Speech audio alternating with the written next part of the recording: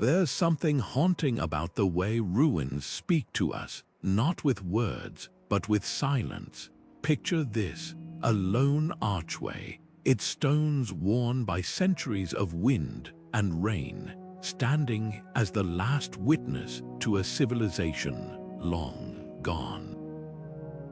Then, one day, it crumbles, but instead of burying its secrets, the collapse reveals something extraordinary, a language carved not in letters, but in the very way the wind whispers through its curves.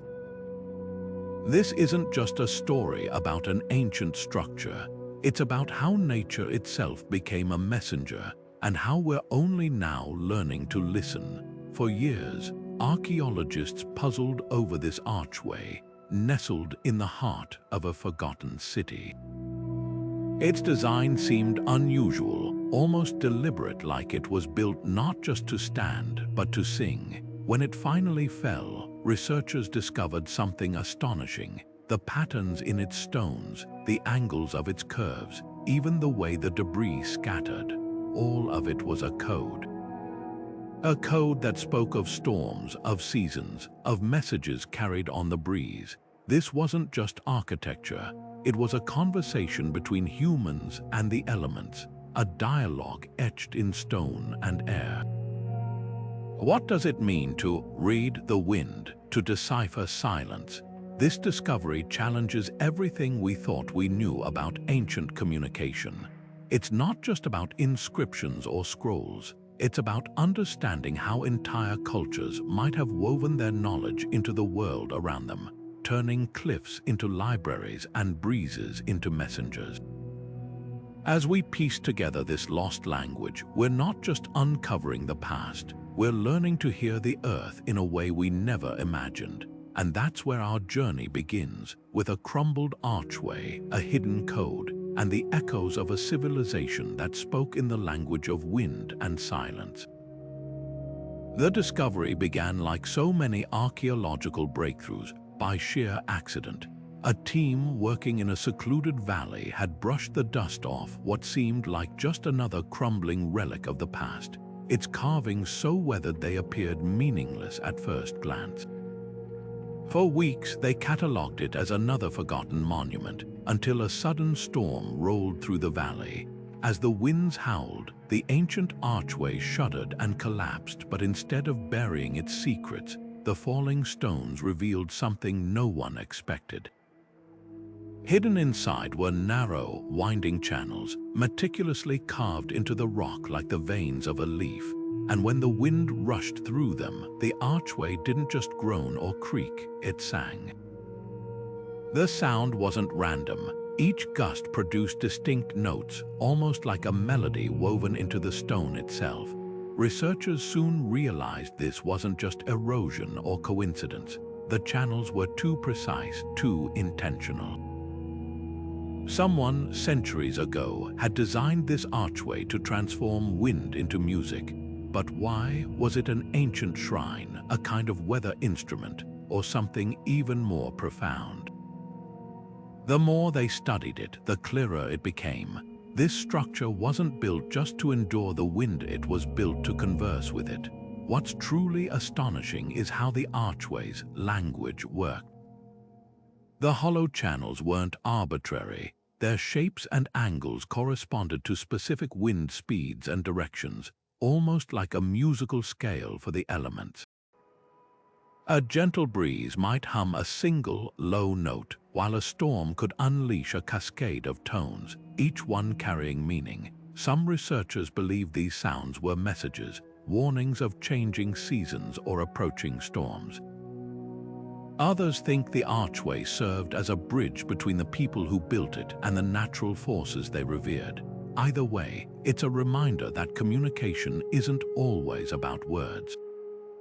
Sometimes the most profound dialogues happen in the spaces between sound and silence.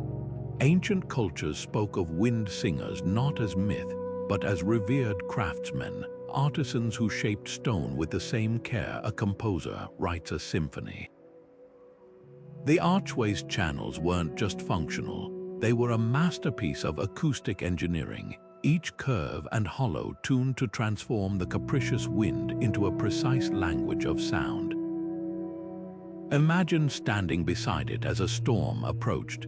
The structure wouldn't just groan under the force, it would erupt into a chorus of rising pitches, a cascade of notes warning of the tempest's strength.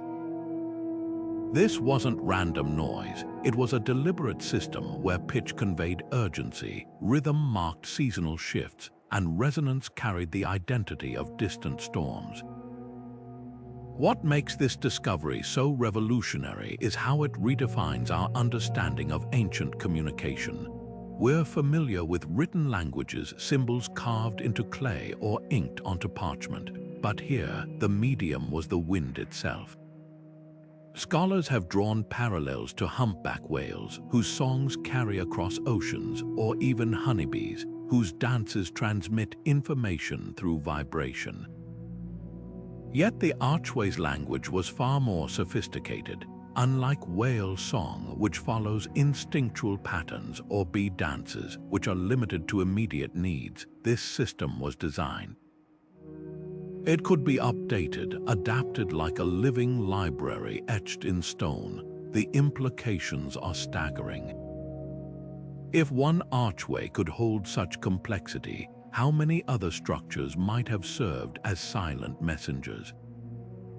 Could entire cities have been designed as networks of wind-driven communication, with towers humming warnings of invaders or temples singing prayers to the sky?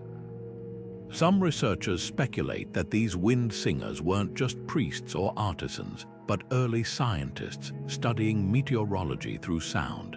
The Archway's tones might have mapped atmospheric changes, turning weather patterns into audible forecasts long before the invention of written records. What's even more humbling is the patience this language required. Unlike shouting across a valley or lighting a signal fire, wind messages couldn't be forced.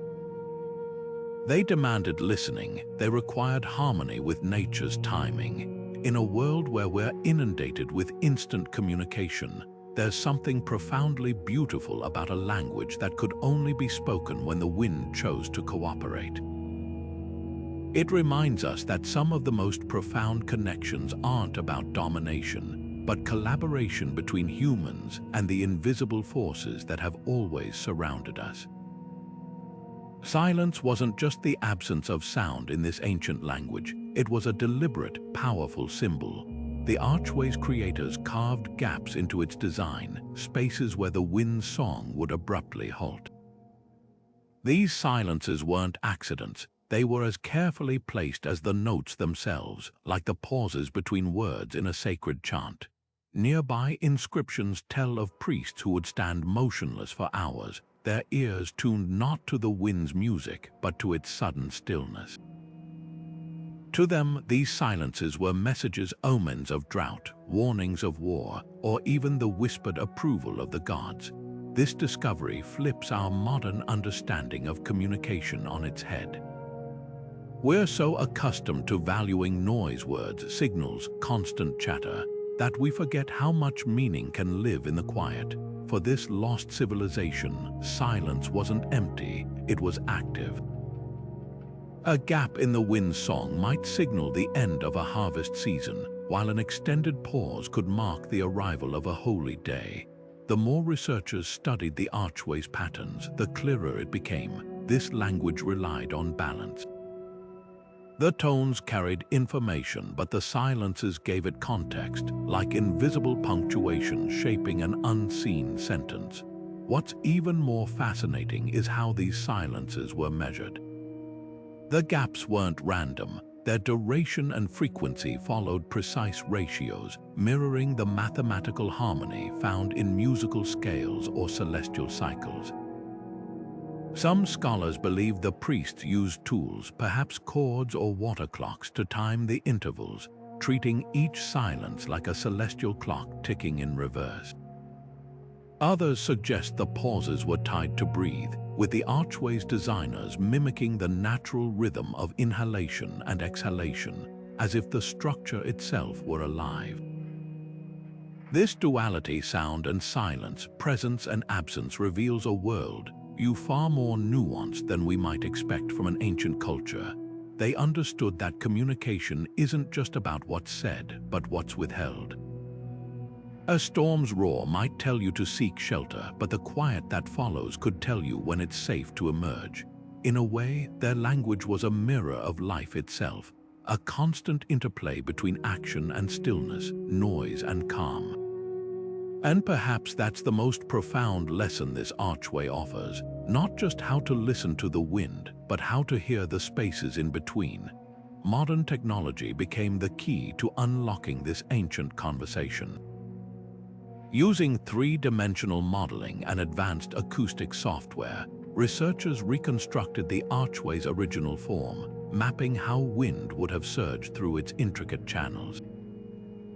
The results were astonishing. Each tone produced by the structure wasn't just noise, it was a deliberate syllable in a forgotten vocabulary.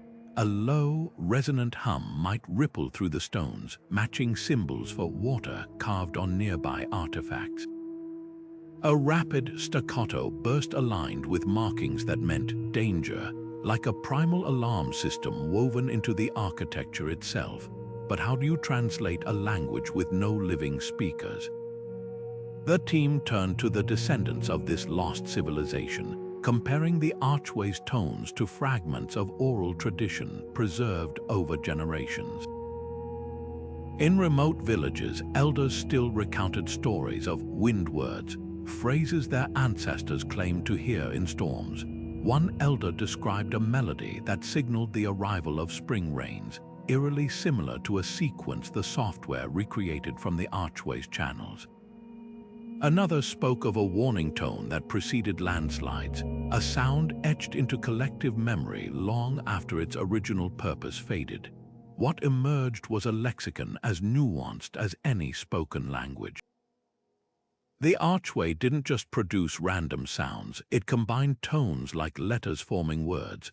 A rising pitch followed by a sustained note might mean river swelling, while alternating high and low frequencies could convey safe passage. Some sequences were even tied to celestial events, like the solstice winds that produced a haunting, five-note pattern matching ancient carvings of the sun. This wasn't just decipherment, it was a revelation. The archway functioned like a Rosetta Stone for an entirely new form of communication, one where the medium wasn't ink or stone, but air itself.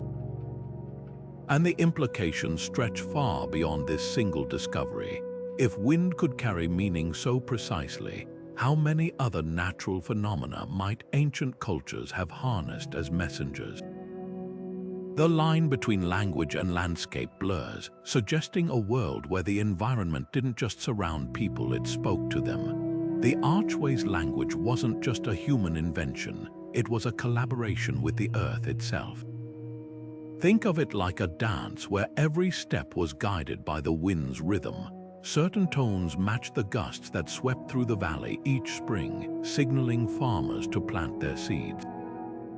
Others echoed the sharp, keening cries of hawks, a sound hunters might have used to locate prey or warn of predators nearby. This wasn't just about sending messages, it was about listening to the world and responding in kind. The archway didn't just speak for people, it gave nature a voice. Take the harvest tones, for example. Researchers noticed a recurring sequence of low, resonant notes that aligned precisely with the autumn winds, the same gusts that would have dried grain before gathering.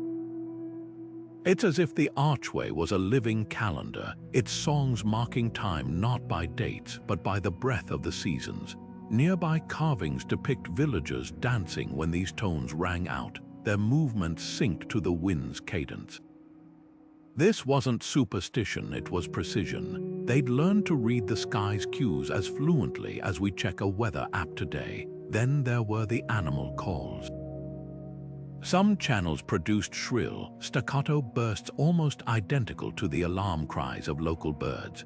One theory suggests these tones were used during hunts, mimicking distress calls to lure game. But others believe they served as warnings, a way to alert the community of approaching danger, whether from beasts or storms. The genius of this system was its adaptability. Unlike static written words, the archway's language evolved with the environment, its meanings shifting like the wind itself. What's most striking is how this civilization blurred the line between tool and partner. The archway wasn't just a megaphone for human needs, it was an interpreter, translating nature's patterns into something people could understand. Modern societies build dams to control rivers or cut forests to make way for cities. But here was a culture that didn't seek to dominate the natural world. Instead, they found a way to converse with it, to weave their lives into its rhythms rather than overwrite them. This symbiotic relationship raises a haunting question. How much have we lost by no longer hearing the world this way? For them, a shift in the wind wasn't just a weather change. It was a sentence in an ongoing dialogue. The archway reminds us that communication isn't always about what we say, but what we're willing to hear.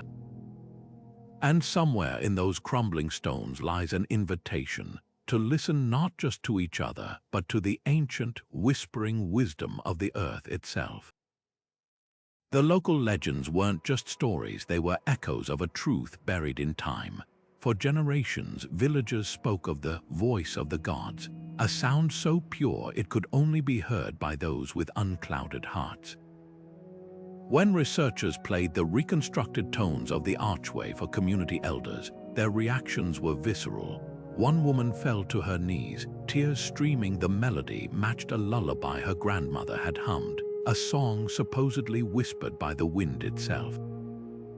Suddenly, myth and stone collided, revealing a startling reality. The archway wasn't just a relic, it was a bridge between the earthly and the divine. What made these sounds sacred? The answer lies in their precision. The archway's tones weren't arbitrary, they aligned with natural harmonics found in waterfalls, thunder, even the resonant frequencies of the valley's rock formations. To ancient ears, these weren't just noises, they were the earth's own voice, a chorus older than humanity. Ritual texts describe priests undergoing years of training to interpret these sounds, learning to distinguish between the laughter of the sky, a cascading high note signaling abundance, and the groan of the mountains, a deep, shuddering tone foretelling quakes. The archway, then, wasn't merely a tool, it was an instrument of revelation, turning the chaos of nature into a language of prophecy. But the real breakthrough came when researchers mapped similar structures across the region. Like a network of ancient radio towers, these shrines were strategically placed along wind corridors, each one tuned to a different pitch. A storm's approach might trigger a sequence of tones rippling from shrine to shrine, carrying warnings faster than any runner could. Some inscriptions even hint at a darker purpose. Certain frequencies, now lost to erosion, may have been used to summon fog or disperse pests, turning weather into a weapon. The implications ripple far beyond archaeology. For centuries, we've assumed advanced technology requires gears, wires, or code, but here was a civilization that harnessed air itself. Their innovation wasn't about forcing nature to obey, but listening closely enough to hear its secrets. In an age where we bulldoze forests to erect server farms, there's a humbling lesson in their approach. Progress doesn't always mean louder, brighter, faster. Sometimes it means learning to hear the world on its own terms, and perhaps that's why these tones feel so haunting. They're not just sounds from the past, but reminders of a connection we've long since forgotten. Engineering marvels like this archway force us to rethink what ancient civilizations were truly capable of. The precision of its wind channels isn't just impressive, it's borderline inexplicable by modern standards. Each curve and hollow was carved with acoustic perfection, turning random gusts into predictable musical notes. Without lasers or computer modeling, how did artisans achieve such accuracy? The answer lies in generations of trial and error, where knowledge was passed down like a sacred trust. recent experiments revealed their likely techniques. Some channels show microscopic striations suggesting controlled water erosion, where artisans directed slow trickles of water mixed with abrasive sand to wear stone into perfect harmonic shapes over decades.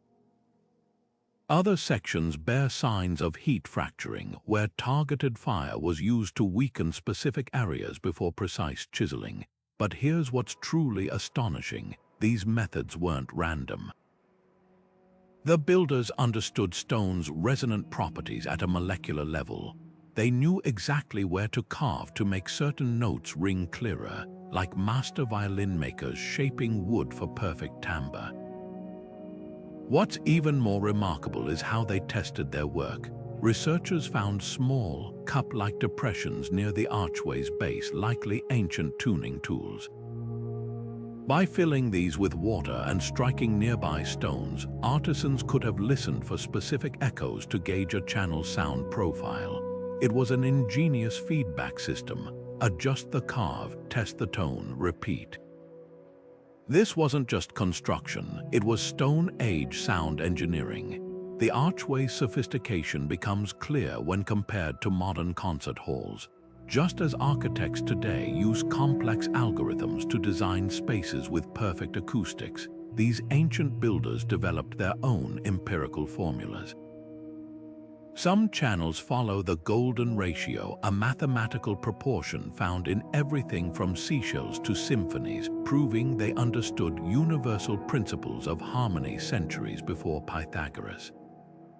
Perhaps most humbling is the timescale. This archway wasn't built in years but generations. Fathers taught sons how to listen for the stone's voice as they carved, treating each chisel stroke like a musical note in a symphony only the wind would play. In our age of instant results, there's profound wisdom in their patience. They didn't conquer nature with force but collaborated with it, one precise, resonant curve at a time. The disappearance of this wind language is as mysterious as its creation.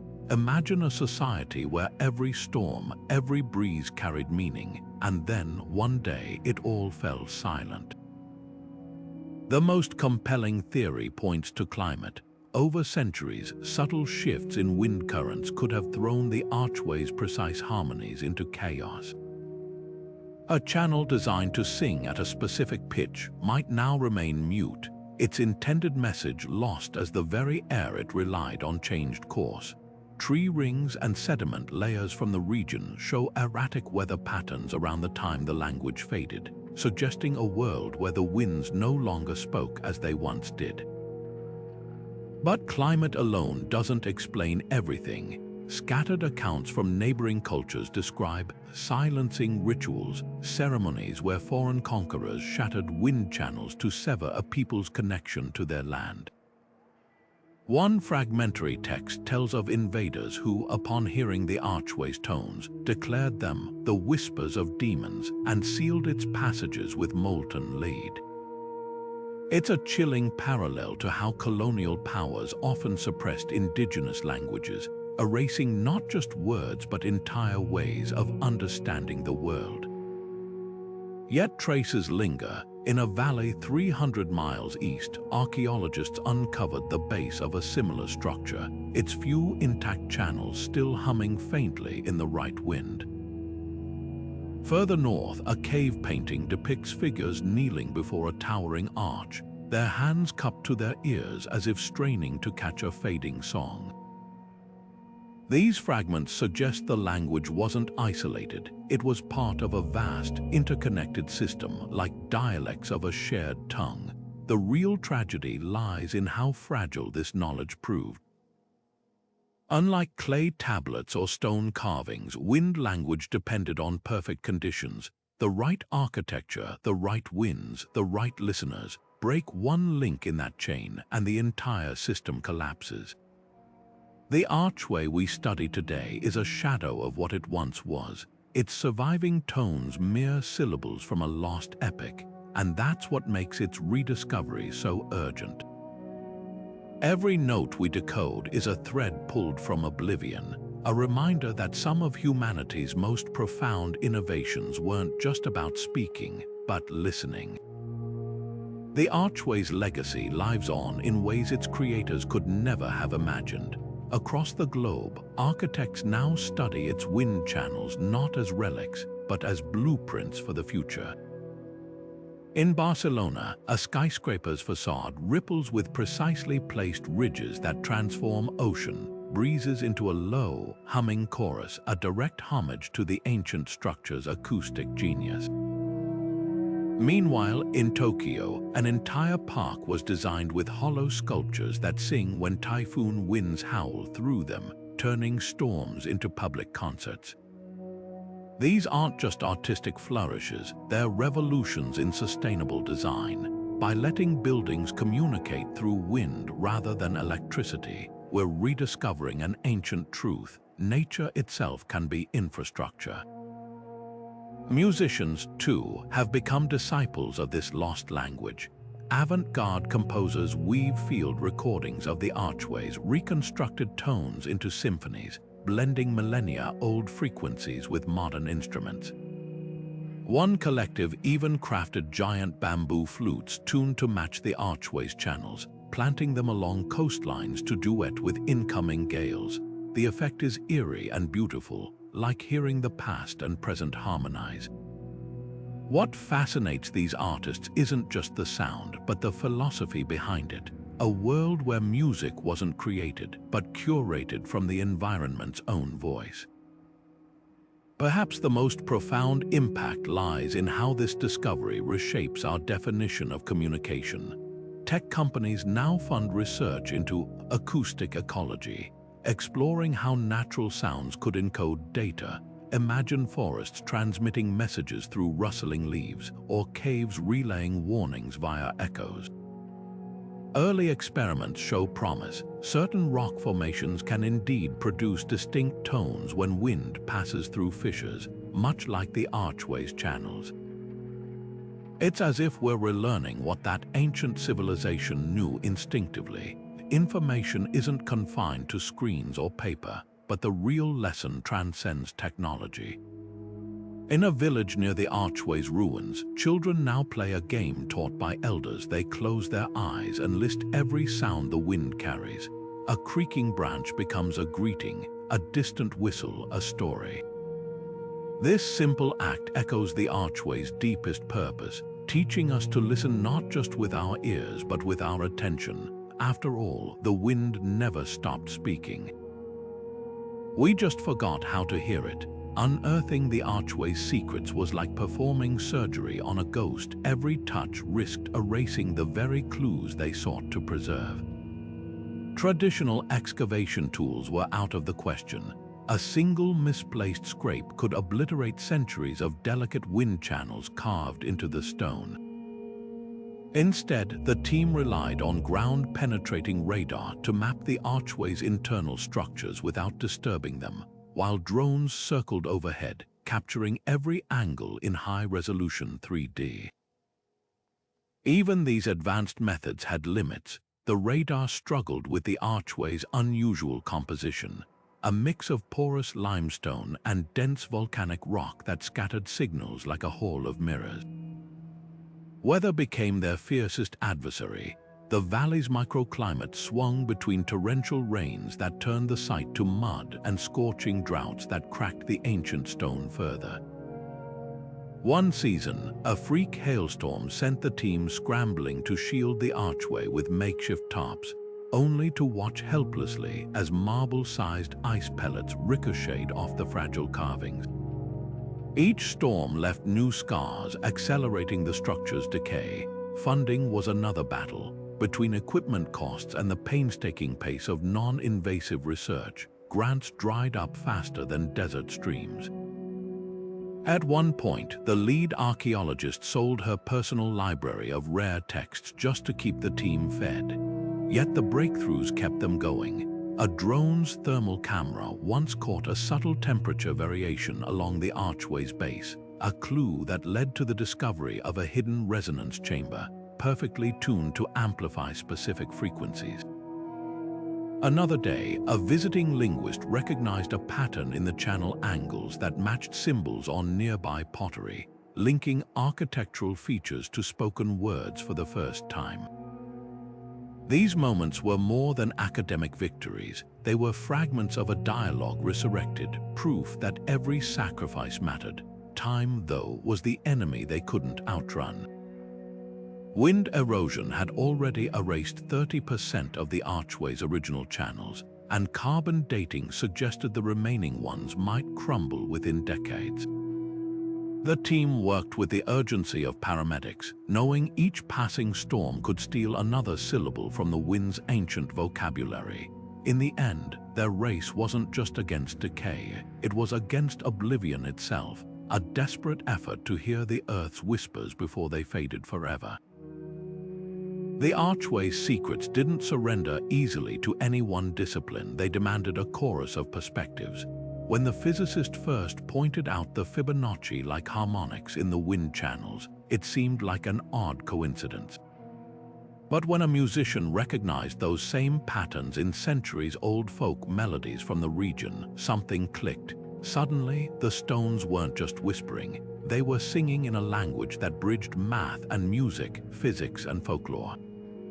This wasn't just about decoding symbols, it was about hearing the echoes of an entire culture's relationship with the natural world. Take the way the team mapped the archway's acoustics. Archaeologists had meticulously documented every carving, but it was a sound engineer who realized the channels weren't just shaped for volume, they were tuned like instruments. Certain passages amplified specific frequencies, creating harmonies that lined up perfectly with seasonal wind patterns. Meanwhile, a linguist studying local dialects noticed that words for storm and calm in the ancient language contained vowel sounds mirroring the archway's tones. It was as if the people had woven their speech to match the wind's own vocabulary. The real breakthrough came when a botanist joined the team. She recognized that the spacing between channels matched the growth patterns of native grasses, the same grasses that would have swayed in rhythm with the winds the archway captured. What seemed like artistic flourishes were actually precise calibrations, fine-tuned to the environment's natural pulse. This wasn't just engineering, it was biomimicry centuries before the term existed. What made this collaboration so powerful was how each expert's blind spots became another's revelation. The physicists saw equations in the stone, the musicians heard melodies, the archaeologists traced rituals. Alone, they might have dismissed the archway as a curiosity. Together, they uncovered a system where science, art, and spirituality converged, a reminder that the most profound truths often lie at the intersections. And perhaps that's the archway's final lesson. Some languages aren't meant to be spoken alone. They're dialogues waiting for the right chorus of voices to bring them back to life. Symbolism in sound took this language beyond mere utility. It wove meaning into the very fabric of vibration. Those recurring tonal patterns weren't arbitrary. They followed rules as intricate as any spoken grammar. Take the three rising pitches, a sequence found carved into ceremonial bowls and temple walls alike. To modern linguists, it mirrored the upward inflection of a question, a sonic question mark etched in air. Conversely, a descending scale like footsteps fading into distance often marked the end of a weather report or ritual invocation, a kind of acoustic period. But the real marvel was how these rules transcended function. The same tones that guided farmers to plant crops also adorned bridal headdresses, their curves mimicking the wind channel's arcs. This wasn't just communication, it was artistry where practicality and poetry shared breath. Ceremonial objects tell the story best. A priest's staff uncovered near the archway bore spiral grooves that, when blown across, reproduced the storm warning sequence, proof these sounds weren't just heard but ritualized. Even children's toys got in on the act. Clay whistles shaped like birds played notes matching the archway's harvest-ready tones. Everywhere you look, the culture embedded this language into daily life, turning wind into liturgy. The deeper archaeologists dug, the clearer it became. The archway wasn't just a translator between humans and nature, it was a pulpit. What's striking is how the grammatical rules shifted with context. A rapid-fire triplet might mean danger when carved into a watchtower wall, but the same sequence slowed and softened, adorned lullabies as sleep peacefully. This linguistic flexibility hints at something profound. The people didn't just use the language, they played with it, bending its rules like reeds in the wind. Modern musicians call this timbre, the way a note's texture changes its feel. These ancient speakers mastered that concept centuries before the word existed, understanding that meaning lived not just in pitch, but in how the air itself trembled. The archway's true genius lay in its duality. By day, its tones might direct fishermen to fertile waters or warn of squalls. By night, those same sounds, drawn deeper and slower, became hymns to the stars. Archaeologists found lunar alignments in the placement of certain channels, suggesting the full moon's pull on nighttime winds triggered sacred melodies. This wasn't just a lexicon in stone, it was a living thing, its meaning's shape shifting with the sun's passage. To hear it now, even in fragments, is to eavesdrop on a conversation where every breeze was both messenger and prayer. Comparative linguistics opened a treasure trove of possibilities and dead ends. When researchers began searching for parallels to the archway's wind language, they turned first to Tibetan singing bowls, those ancient metal vessels that hum when struck. At first glance, the resonance seemed similar, both transformed vibration into meaning, but the bowls were static, their tones didn't shift with the environment. They could signal the start of meditation, perhaps, but never predict a storm. Next came the aboriginal didgeridoo, its drone shaped by breath and earth. Here was an instrument deeply tied to landscape, its sounds mimicking animals and weather. Yet even this profound tradition lacked the archway's precision. A didgeridoo could tell stories of the dream time, but not convey specific warnings or data. Then there were the Aeolian harps, those stringed instruments played by the wind itself. Mounted in European gardens for centuries, their ghostly melodies felt like distant cousins to the archway's songs. But where the harp's notes were random, beautiful, but chaotic, the archway's channels were engineered to produce consistent, repeatable patterns. A harp might sigh with the breeze, the archway spoke in full sentences. What set this discovery apart was its systematic structure. Unlike musical traditions that evoked emotion or myth, the archway's language operated with grammatical rules. Certain tone sequences functioned like verbs describing actions: rise, fall, scatter. Others acted as nouns, naming elements like river, cloud, or crow.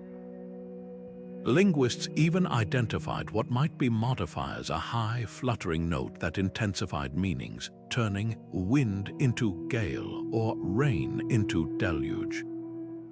This wasn't just art, it was syntax carved in stone. The closest parallel came from an unexpected place: whale song. Like the archway's tones, humpback melodies follow intricate patterns that shift across seasons, suggesting a form of cultural transmission.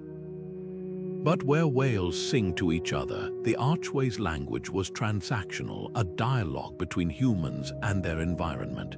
That distinction rewrote definitions of communication. If language could exist without human listeners, if the wind itself could be a speaker, then perhaps we'd underestimated nature's role in the conversation all along. What emerged was a radical idea that language isn't solely a human invention, but a collaboration with the world around us. The archway didn't just borrow from the wind, it listened to it, learned its rhythms, and gave it a voice. In doing so, it blurred the line between tool and interlocutor. reminding us that the oldest conversations might not be the ones we've had with each other, but the ones we've learned to have with the earth. The debate over the archway's fate wasn't just about preservation, it was a collision of worldviews. For the local community, this wasn't merely an artifact, it was a living ancestor, a vessel for stories older than memory. Elders spoke of dreams where the wind still carried voices through its channels, warning that moving even a single stone would sever a sacred thread. Scientists, meanwhile, saw a ticking clock. Every storm eroded more channels, each rainfall dissolving irreplaceable acoustic data. The question hung heavy: was it ethical to prioritize cultural continuity over scientific discovery, or vice versa? The compromise emerged from an unexpected place technology inspired by the archway itself. High-resolution laser scans captured every curve and hollow, while directional microphones mapped how wind interacted with each surface. These digital twins didn't just replicate the structure, they simulated its behavior under countless conditions, allowing researchers to hear long-lost tones without disturbing the original. Yet the solution wasn't perfect. A village elder once silenced a room by holding up her phone, playing a reconstructed tone and asking, "Does this sound like thunder to you?" The recording was flawless, but something intangible, the way morning mist softened the notes, or how sunlight warmed the stone's resonance, was missing. What made this debate so profound was how it mirrored the archway's own lessons. Just as its creators had balanced human needs with nature's rhythms, modern stewards had to weigh progress against preservation. The scientists' 3D models could analyze wind patterns across millennia, but only the locals could explain why certain tones were forbidden after sunset. The archivists' databases preserved every measurable detail, but the elders' oral histories held the keys to what those details meant. In the end, the archway stayed, not as a relic frozen in time, but as a teacher. Researchers now work alongside community guardians, their tools as much about listening as measuring. The wind still sings through the original stones, quieter now but no less sacred. And perhaps that's the final irony. This ancient structure, designed to translate nature's voice, became a bridge between ways of knowing. It reminds us that some truths aren't just found in data or tradition, but in the delicate space where they meet. The moment the archway story hit the airwaves, something extraordinary happened. People who'd never set foot in an archaeology lab suddenly found themselves spellbound. A late-night documentary host played reconstructed wind tones during a prime-time special, and within hours, social media exploded with theories. Was that rising sequence a weather warning or a love poem?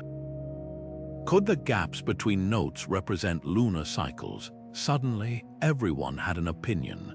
Podcasters dove into the mystery, weaving the archway's whispers into episodes about everything from ancient engineering to extraterrestrial communication. One viral episode even suggested the tones aligned with whale songs, a theory quickly debunked, but proof of how deeply the public's imagination had been captured. Then came the artists. A composer in Reykjavik transcribed the archway's frequencies into sheet music, creating a haunting orchestral piece performed by the Berlin Philharmonic. The concert's climax featured a soloist playing a replica of the archway's wind channels live on stage, her breath substituting for the absent breeze.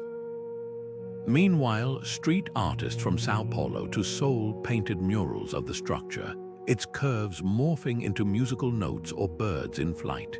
The archway stopped being just an artifact. It became a canvas for humanity's collective wonder.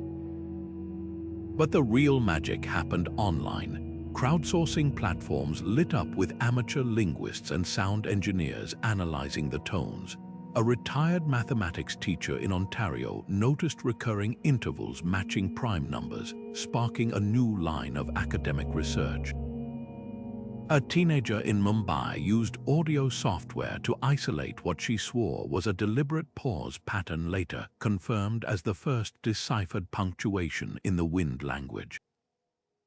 These weren't just discoveries, they were reminders that breakthroughs don't always come from ivory towers. Sometimes they're born in suburban bedrooms and coffee shops, fueled by nothing but raw curiosity.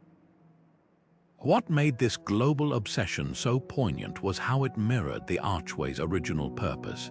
Just as ancient villagers once gathered to interpret the wind's messages, now millions worldwide leaned in to decode its echoes.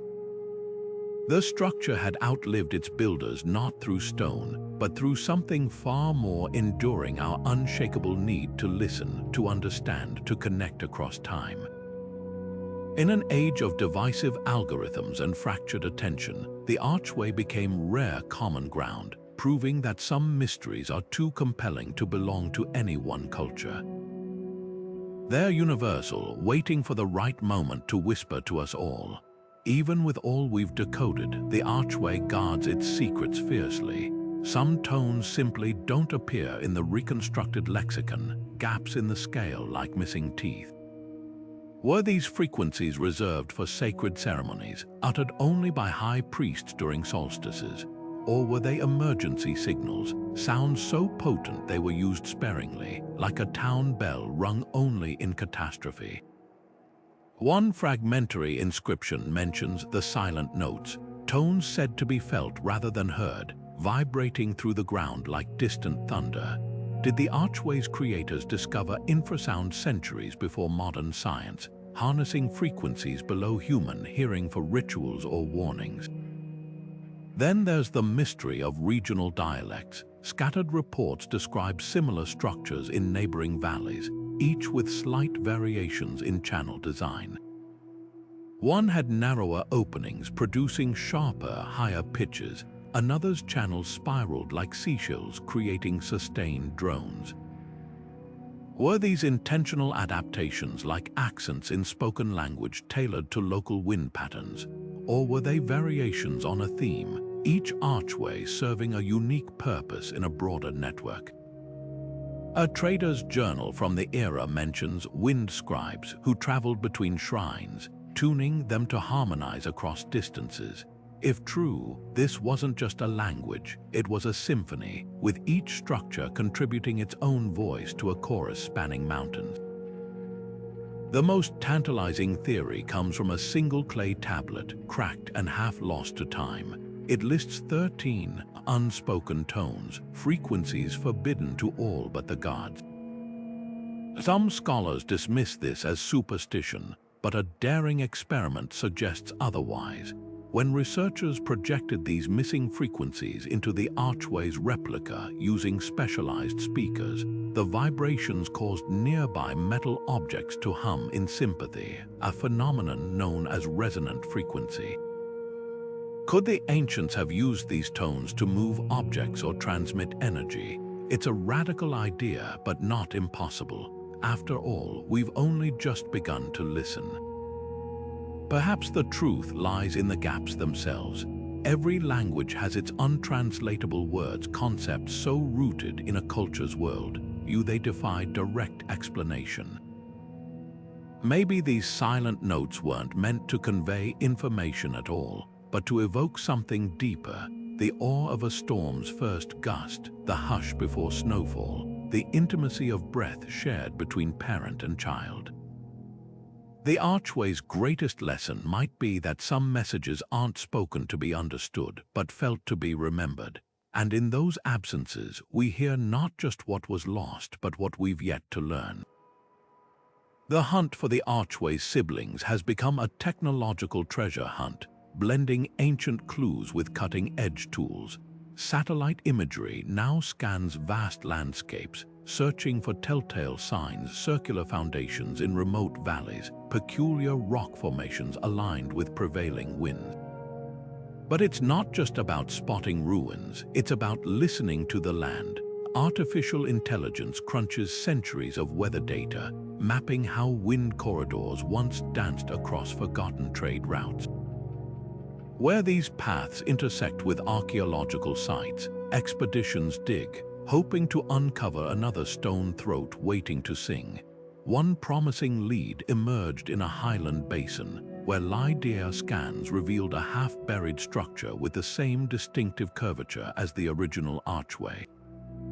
Early drone footage showed channels radiating like spokes, not random erosion but deliberate carving. When researchers played a recording of the first archway's tones near the site, locals recounted legends of a wind harp their grandparents spoke of, its music guiding shepherds through fog. The correlation was uncanny, oral history and satellite data pointing to the same hidden truth. Yet every potential discovery raises new questions. If multiple archways existed, did they serve as a network? A recently deciphered clay tablet mentions the Whispering Line, a route connecting 7 shrines where messages could travel swifter than arrows on the breeze. Researchers now theorize these structures functioned like an ancient internet, relaying warnings or harvest updates across valleys using coded gusts. The implications are staggering, not just a language, but an entire communication infrastructure woven into the landscape. The real breakthrough may come from an unexpected partnership, meteorologists and musicians. By feeding wind patterns into sound design software, they've begun reverse engineering where other archways might have stood. Certain harmonic sequences only occur when air currents collide at specific angles, precisely the conditions needed to activate the channels. One simulation pinpointed a coastal cliff where such collisions happen naturally during monsoon season. Divers exploring nearby waters last summer found submerged stone blocks with familiar grooves, their surfaces worn smooth by centuries of salt and spray. What keeps archaeologists awake at night isn't just finding more archways, it's the chance to compare them. Variations in design could reveal dialects in this wind language, regional adaptations like accents in speech. A channel angled 3 degrees steeper here, a resonance chamber slightly wider there. These subtle differences might hold clues to how the language evolved. Early signs suggest coastal archways prioritized low, booming tones audible over crashing waves, while highland versions favored piercing notes that carried across thin mountain air. The ultimate goal: to hear the conversation. If one archway could signal storms, imagine a chorus of them harmonizing across a continent, a symphony of stone and air transmitting knowledge we're only beginning to fathom. With each new discovery, the line between archaeology and ecology blurs further.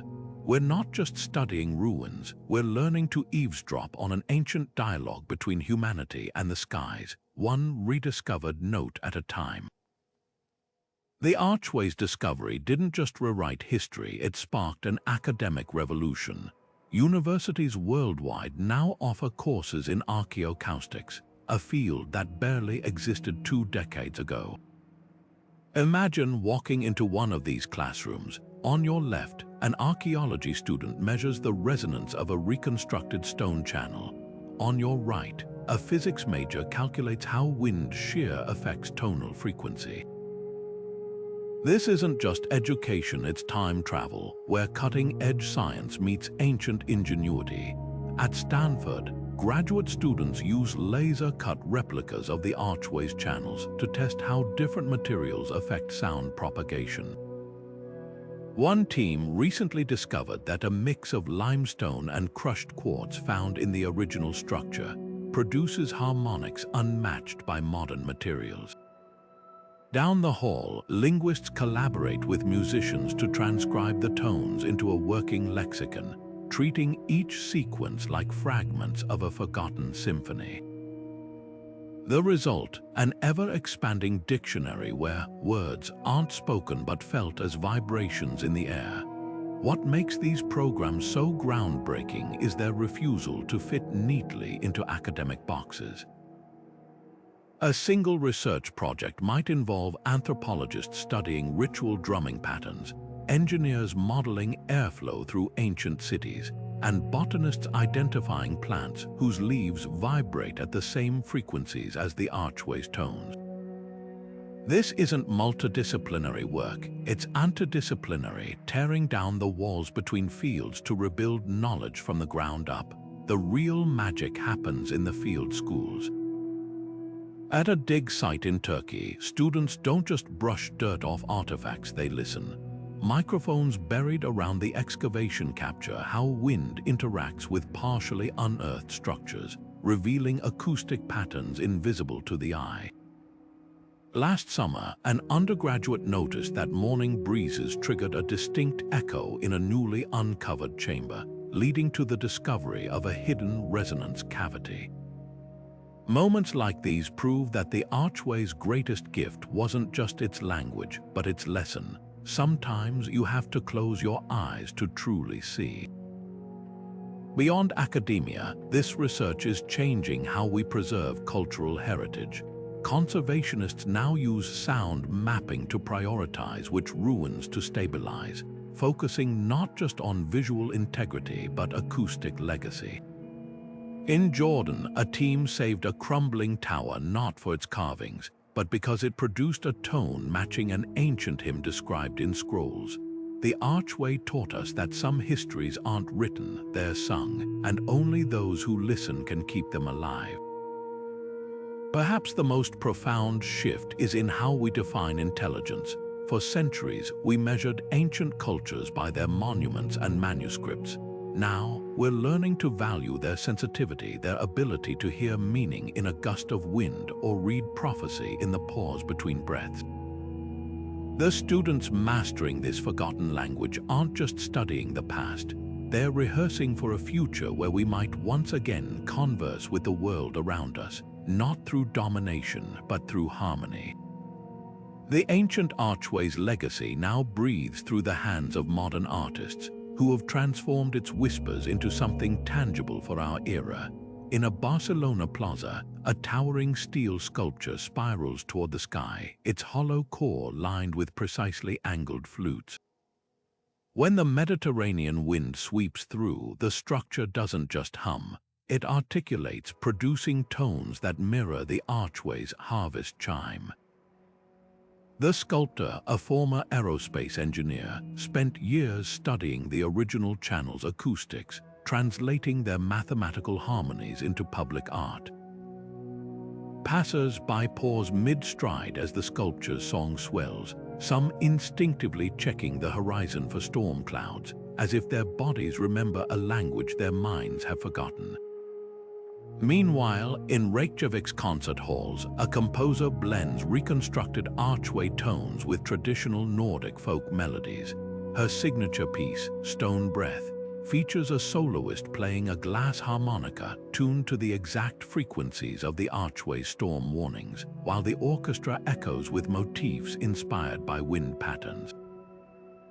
Critics initially dismissed it as avant-garde novelty, until a climatologist pointed out how the composition's crescendos aligned with historical weather data from the archway's era. Suddenly, what seemed abstract revealed itself as a millennia-old meteorological report set to music. The most poignant reinterpretations emerge from communities closest to the original site. Local schoolchildren mold clay whistles in workshops, shaping them to capture the archway's bird call sequences. At dusk, their parents gather in courtyards where sound artists have suspended hundreds of bamboo tubes, each tuned to a different fragment of the wind language. As night falls, the ensemble sways in the breeze, weaving a tapestry of sound that hasn't resonated here for centuries. An elder weeps openly the first time she hears it, not because it's perfect, but because the gaps where tones falter or clash feel like truth. The ancients never promised their language would be flawless, only alive. What makes this artistic revival so powerful is its imperfection. A ceramicist in Kyoto crafts tea bowls that sing when steam rises through hidden channels, a delicate approximation of the archway's resonance. A digital installation in Berlin transforms real-time wind data into pulsating light patterns, translating atmospheric shifts into visual poetry. None claim to replicate the original. Instead, they honor its spirit by embracing modern materials and uncertainties. After all, the archway's creators worked with stone's stubbornness and wind's caprice. Today's artists grapple with algorithms and acoustics, but the dialogue remains the same, a negotiation between human intention and nature's unruly grace. Perhaps the most unexpected homage lies online, where coders have created generative music algorithms trained on the archway's deciphered tones. Type your mood into the interface, and it composes a wind song response using the ancient grammatical rules, part translation, part improvisation. Teenagers share these eerie melodies as playlists, joking about vibing with the ancestors. Yet beneath the levity lies something profound, a generation fluent in binary discovering beauty in a language written in air. The archway would have approved. Its creators never meant for their work to be preserved under glass, but to evolve, to argue with new eras until it found fresh voices. And in studios, concert halls, and city squares around the world, those voices are finally answering back. The archway's ancient acoustics aren't just relics, they're blueprints for the future. Engineers studying its wind channels made a startling discovery. The same principles that turned gusts into melodies could revolutionize modern noise-canceling technology. Those meticulously carved passages, designed to amplify specific frequencies while dampening others, operate like nature's own acoustic filter. A team in Zurich has already prototyped building facades with similar porous structures, reducing urban noise pollution by up to 40%.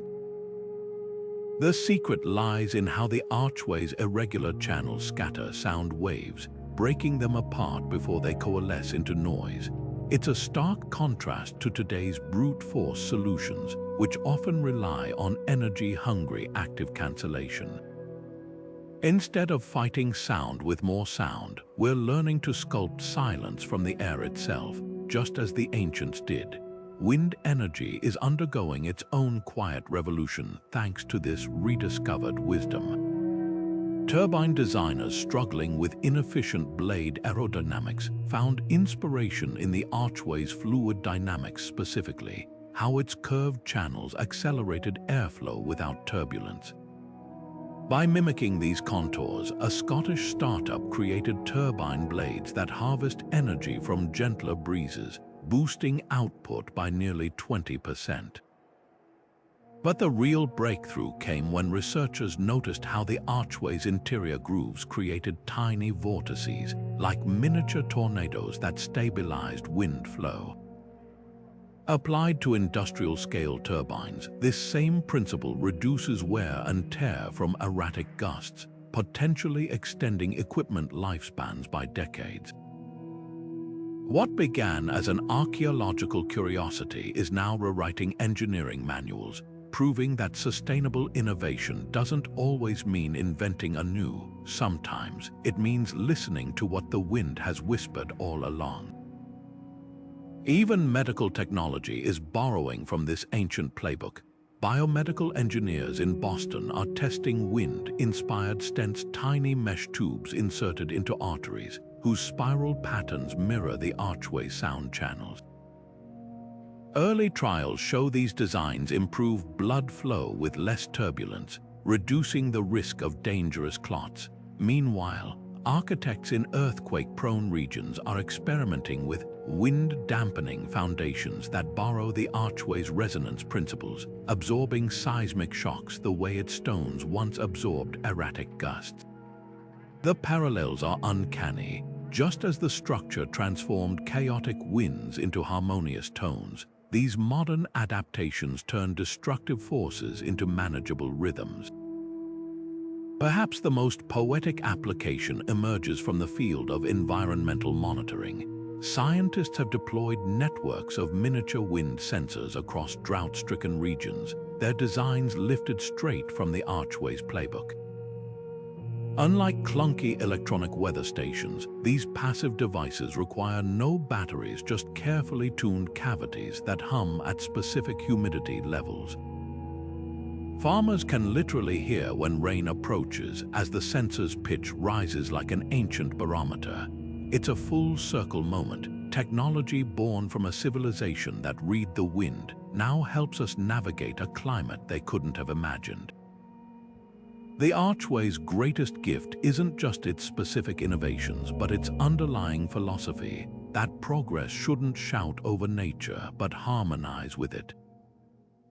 In labs and workshops worldwide, that lesson is finally being heard.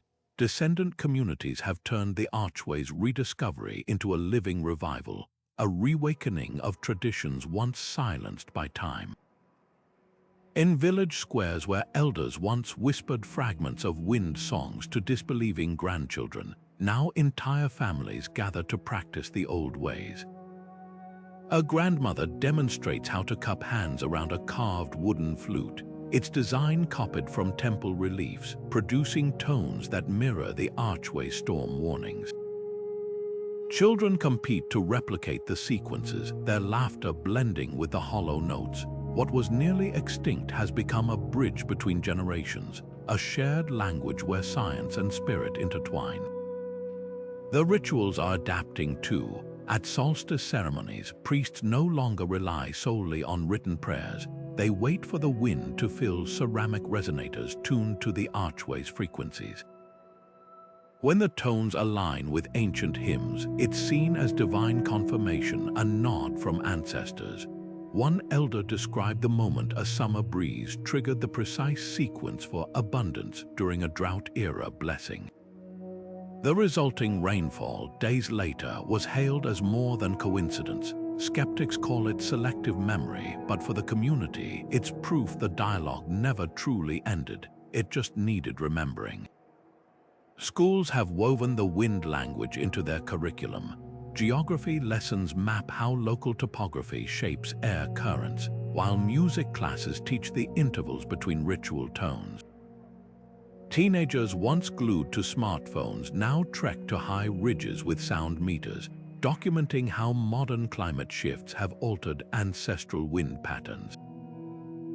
Their findings aren't just academic, they're practical. Farmers consult these young wind readers to time plantings, merging meteorology apps with millennia-old tonal forecasts. The past isn't being preserved here, it's being updated, like a living document where every generation adds annotations. Artisans play a surprising role in this renaissance. A jewelry maker crafts pendants with tiny perforations that hum in coastal winds, each piece replicating a different Archway tone. Market stalls sell wind wheels, delicate bamboo constructs that spin into tonal sequences when breezes pass through them. Even local bakers have joined the movement, shaping loaves with hollow centers designed to whistle when broken open at communal meals. These aren't tourist gimmicks but acts of cultural defiance, reclaiming a heritage that colonialism once dismissed as superstition. The most profound shift may be in how the land itself is perceived.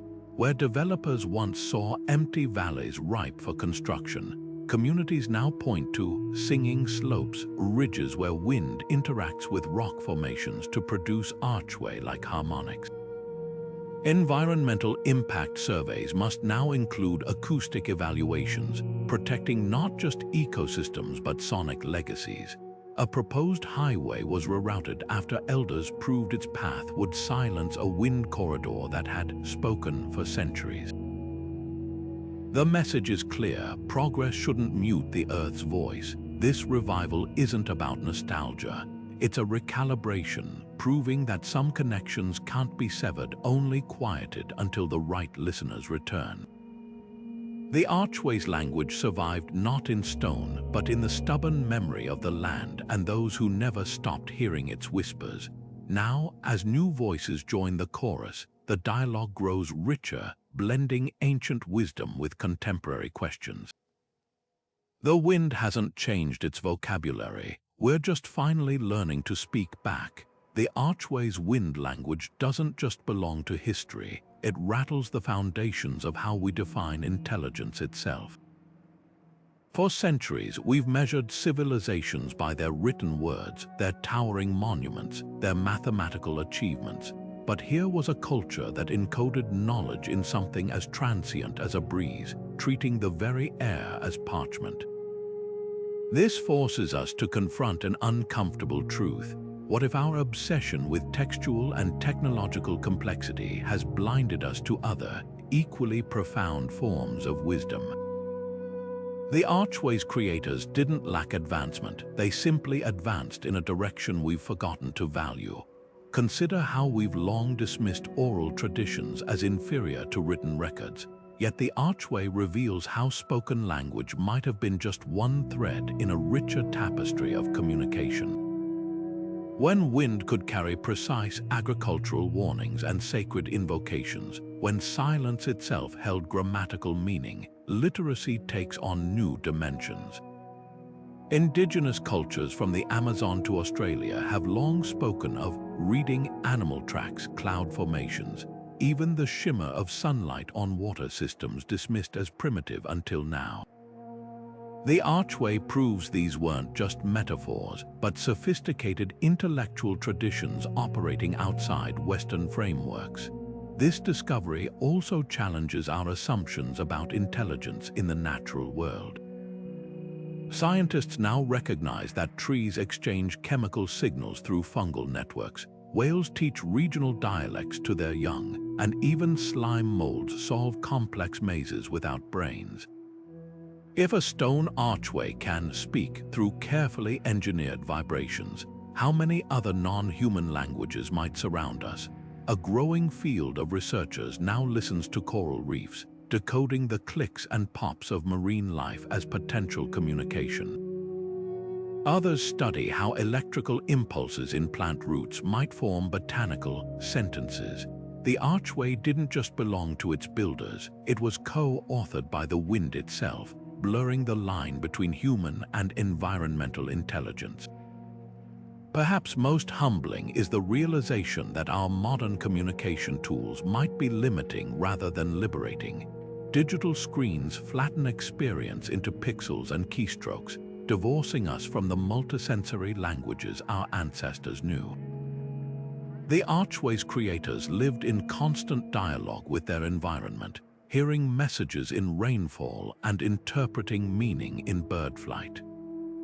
In an age of climate crisis, their example feels urgent. What wisdom might we reclaim by relearning how to listen to ecosystems rather than dominate them? The lesson isn't that we should abandon writing or technology, but that intelligence is far more diverse than we've acknowledged.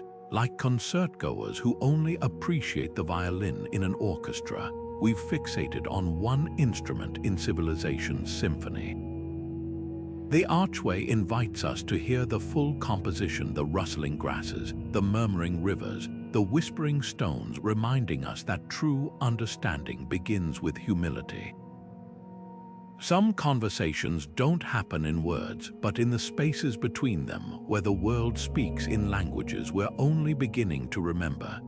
The Archway's whispers aren't isolated, they echo across continents.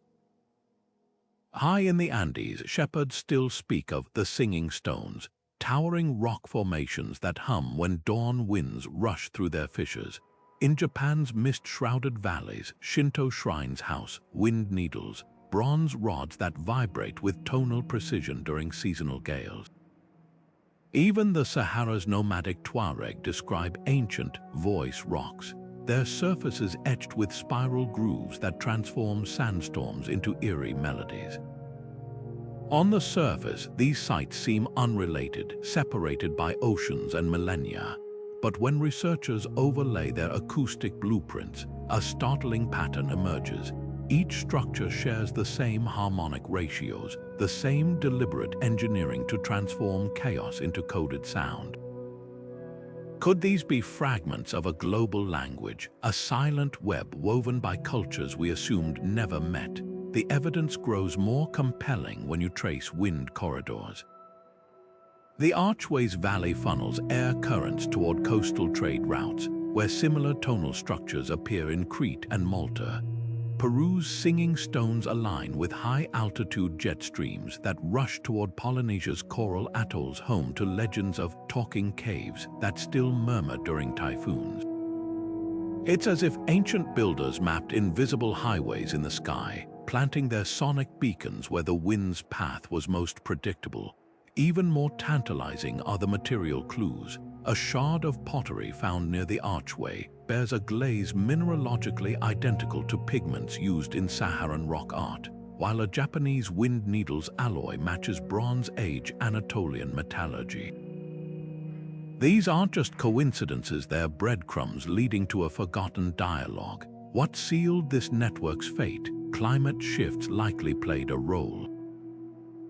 As trade winds faltered during the global cooling period around 3,000 years ago, once reliable acoustic pathways may have fallen silent, but human choices mattered too.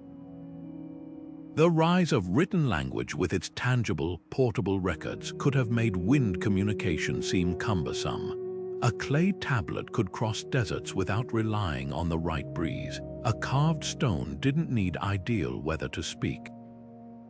Yet perhaps the deepest lesson lies in how these structures adapted. Japan's wind needles evolved into temple bells, their tones now struck by priests rather than storms. Peru's singing stones inspired the quipu, knotted chords that encoded data through tactile patterns instead of sound. The language didn't die, it transformed, proof that innovation isn't always about invention, but sometimes about listening for what the world is already trying to say.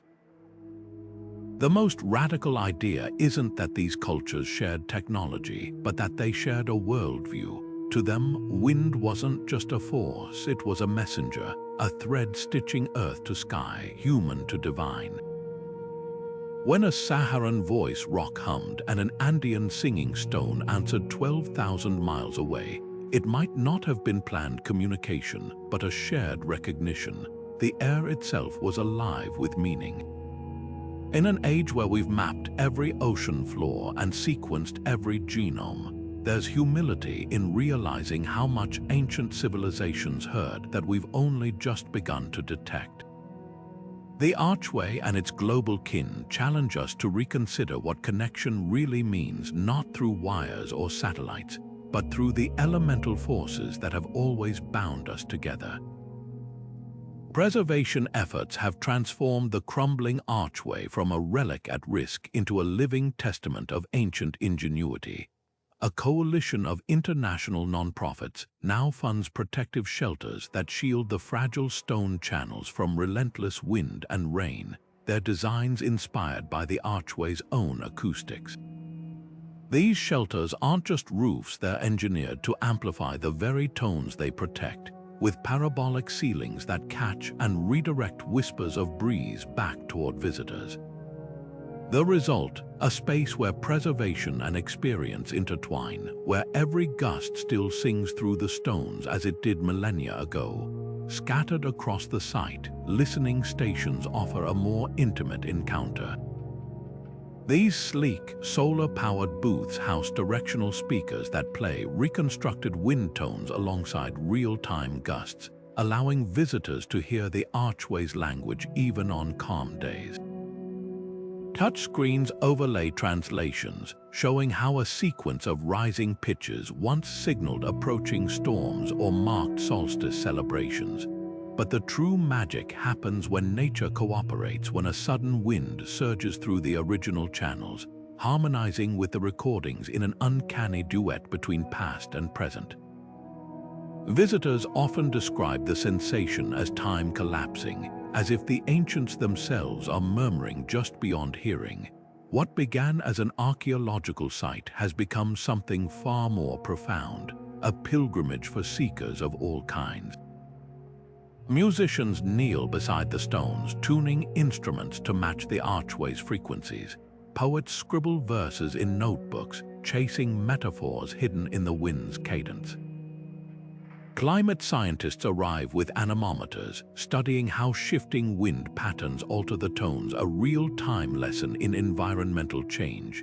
Then there are the quiet pilgrims, those who come without agendas, simply to press their palms against sun-warmed rock and listen.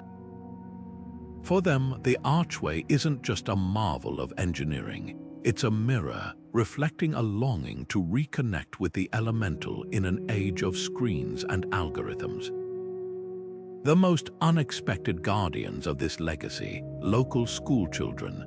Weekly workshops teach them to craft small clay resonators, miniature versions of the archway's channels, while elders share oral histories of wind divination. Last spring, these children led a sound walk, guiding visitors to spots where the breeze interacts with modern sculptures installed nearby, creating spontaneous harmonies. It's a powerful symbol, the next generation not just preserving the past but weaving it into the present, yet challenges linger, funding fluctuates with political tides, and debates simmer over how much to enhance the experience with technology. Some argue for augmented reality headsets that would overlay ancient rituals onto the ruins. Others insist the wind's raw, unmediated voice is the only true teacher. Meanwhile, climate change alters the very winds the archway was built to interpret, its tones shifting in ways the original builders never anticipated. Perhaps that's the ultimate lesson this site offers, that preservation isn't about freezing a moment in time, but nurturing a conversation that continues to evolve. The shelters and listening stations aren't just protecting stones, they're keeping alive a dialogue between humanity and the elements, one that began thousands of years ago and shows no sign of ending. The archway's collapse didn't bury its secrets, it set them free, scattering fragments of wisdom like seeds on the wind. What began as an archaeological curiosity has blossomed into a revelation. Language isn't something humans invented, but something we discovered, woven into the very fabric of the natural world long before our ancestors carved their first symbols. Those precise channels and resonating chambers weren't just tools, they were translators, revealing a conversation that had been flowing around us all along. The wind wasn't silent before the archway, we were deaf to its vocabulary. This changes how we see everything. Modern cities pulse with artificial frequencies, radio waves, Wi-Fi signals, the hum of machinery. Yet beneath that digital cacophony, older rhythms persist. Stand beneath a pine forest during a storm, and you'll hear the trees creaking in distinct patterns, their pitches shifting with the wind's direction. Sit by a rocky shore as waves retreat, and the stones rattle with a percussive language all their own. Even your own breath follows cycles ancient cultures would have recognized, inhales matching the archway's rising tones, exhales mirroring its silences. The revelation isn't that these phenomena exist, but that our ancestors honored them as dialogue partners rather than background noise. Perhaps the archway's greatest gift is the humility it inspires. In an era where we've grown accustomed to dominating nature, forcing rivers into concrete channels, silencing forests with chainsaws, here was a civilization that approached the world as collaborator rather than conqueror. They didn't just build structures to withstand the wind, they built structures to listen to it, to learn from it. That shift in perspective ripples far beyond archaeology. Marine biologists now study how coral reefs use vibration to coordinate spawning events, while geologists analyze the harmonic tremors preceding volcanic eruptions. Farmers from Kenya to Kansas are reviving traditional practices of reading, whether through animal behavior and plant responses. The archway didn't just decode a lost language, it handed us a new lens for seeing intelligence in places we'd stopped looking. Your smartphone can translate dozens of languages in real time, but can it interpret the warning in a sparrow's alarm call or the invitation in a honeybee's waggle dance? The archway's builders could. Their legacy challenges us to expand our definition of communication beyond human-centric systems. When a prairie grass releases chemical signals through its roots to warn neighbors of drought, that's language. When elephants coordinate migrations through seismic vibrations felt miles away, that's language. Even the rhythmic pulsing of slime molds organisms without brains follows patterns researchers now recognize as decision-making signals. The boundaries we've drawn between communication and instinct grow blurrier with each discovery, so the next time you feel a gust of wind ripple through your clothes, pause. Close your eyes. That breeze has crossed mountains and oceans, carrying stories we're only beginning to comprehend. The archway didn't just speak to its builders, it spoke for the earth itself, translating seasons and storms into something human ears could understand. And though its stones may crumble further, its message grows louder with time. The world never stopped speaking. We just need to remember how to listen. Drop a comment below. Have you ever felt that sudden, wordless understanding when nature surprises you with its eloquence? A bird's song that felt oddly deliberate, or a stream's babble that seemed to carry hidden meaning. Those moments aren't imagination, they're echoes of the archway's truth, whispering that every breeze and birdsong is part of a conversation far older than words.